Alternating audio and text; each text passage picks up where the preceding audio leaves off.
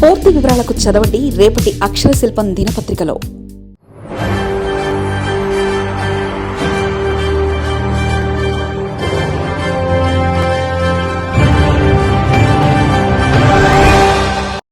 చదువుల ముసుగులో పుస్తకాల దందా, కార్పొరేట్ యాజమాన్యాల ఇష్టారాజ్యం, నిబంధనలను బేఖాతరు చేస్తూ బుక్స్ అమ్మకాలు, తల్లిదండ్రులకు ఫీజుల భారానికి తోడు అదనపు బాధుడు, కృత్రిమ ధరలతో రెట్టింపు వసూలు. రాష్ట్రంలో కార్పొరేట్ విద్యా సంస్థల అక్రమ సంపాదనకు అడ్డు అదుపు లేకుండా పోతుంది. ఓవైపు అడ్డగోలు ఫీజులతో సామాన్యుల నడ్డి విడుస్తున్న యాజమాన్యాలు, మరోవైపు పుస్తకాలు, స్టేషనరీ కూడా తమ వద్దనే కొనాలంటూ సరికొత్త దోపిడిని తెరలేపాయి.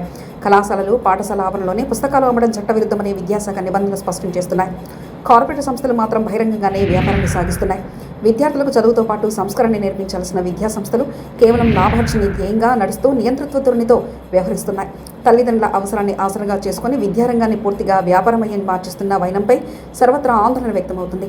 ప్రతి ఏటా విద్యా సంవత్సరం ప్రారంభంలోనే కాకుండా సంవత్సరం పొడవునా ఈ దోపిడీ నిరంతరాయంగా సాగుతూనే ఉంది. బయట మార్కెట్లో తక్కువ ధరకు లభించే నోటు పుస్తకాలు, స్టడీ మెటీరియల్స్ సైతం విద్యా సంస్థల లోపల విక్రయిస్తూ తల్లిదండ్రులపై మోయలేని భారాన్ని మోపుతున్నాయి. కార్పొరేట్ యాజమాన్యాలు తమ సొంత ప్రింటింగ్ ప్రెస్ల లేదా ప్రైవేట్ పబ్లిషర్తో కుమ్మక్కై పుస్తకాలపై విపరీతమైన ధరలను ముద్రిస్తున్నాయి. మార్కెట్ ధరతో పోలిస్తే ఇవి రెట్టింపు కంటే ఎక్కువ ఉంటున్నాయి. తమ వద్దనే పుస్తకాలు కొనాలని యాజమాన్యాలు నిబంధనలు పెట్టడం వెనుక అసలు రహస్యం అందులో వారికి వచ్చే భారీ కమిషన్లే ఆరోపణలు ఉన్నాయి. ఈ విక్రయాల ద్వారా వచ్చే నికర లాభంలో యాజమాన్యాలకు 50 నుంచి 60% వరకు వాటా దక్కుతుండటంతో ఈ అక్రమ వ్యాపారాన్ని యథేచ్ఛగా సాగిస్తున్నారు.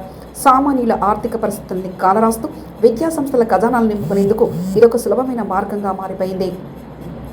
కేవలం ప్రాఫిట్ మార్జిన్ కోసమే బయట మార్కెట్లో ఎక్కడా దొరకకుండా తమ విద్యా సంస్థల సొంత లోగోలతో మెటీరియల్స్ ముద్రించి విద్యార్థులను బలవంతం చేస్తున్నాయి. ఇవి బయట లభించకపోవడంతో తల్లిదండ్రులు సైతం విధిలేని పరిస్థితుల్లో యాజమాన్యాలు చెప్పిన భారీ ధరలకే కొనుగోలు చేయాల్సి వస్తుంది. మనం చిన్న మొత్తాలు అనుకుని ప్రశ్నించకుండా వదిలేసిన ప్రతి రూపాయి ఈ కార్పొరేట్ సంస్థలకు ఏటా 100 కోట్ల అక్రమ ఆదాయంగా మారుతుంది.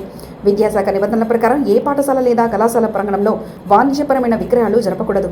కానీ క్షేత్రస్థాయిలో నిఘా లోపించడం వల్ల ఈ నిబంధనలన్నీ కాగితాలకే పరిమితమవుతున్నాయి. ప్రభుత్వాలు మారుతున్నా, అధికారులు హెచ్చరిస్తున్నా విద్యా సంస్థల ధోరణిలో మాత్రం ఎలాంటి మార్పు రావడం లేదు. సెక్టర్ వ్యాప్తంగా ఇదొక సిండికేట్ లాగా మారిపోయింది.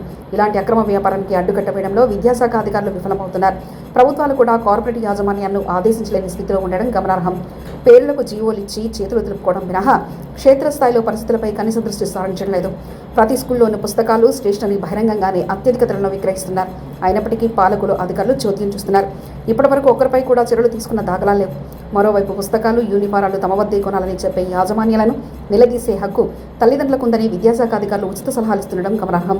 విద్యాసంస్థ ఆవరణలో పుస్తకాలు, స్టేషనరీ అమ్మడం నిబంధనలకు విరుద్ధం కాబట్టి ఇలాంటి దోపిడీపై జిల్లా విద్యాశాఖ అధికారి లేదా ప్రాంతీయ విద్యాశాఖ కార్యాలయాలకు అనేక మంది రాతపూర్వకంగా ఫిర్యాదు చేసినా పట్టించుకోవడం లేదు. దీంతో ప్రైవేట్ స్కూల్ యాజమాన్యాలు మరింత రెచ్చిపోతున్నారు. ప్రతి ఏడాది 50% కంటే ఎక్కువ ఫీజులు, పుస్తకాలు, యూనిఫామ్ ధరలు పెంచేసి విద్యార్థుల తల్లిదండ్రులను దోచుకుంటున్నాయి. ఎప్పటికైనా ప్రభుత్వం ఈ దోపిడీకి చెక్ పెట్టాలని వారు కోరుతున్నారు. మరిన్ని కథనాల కోసం సబ్స్క్రైబ్ చేసుకోండి మీ అక్షర శిల్పం. పూర్తి వివరాలకు చదవండి రేపటి అక్షర శిల్పం దినపత్రికలో.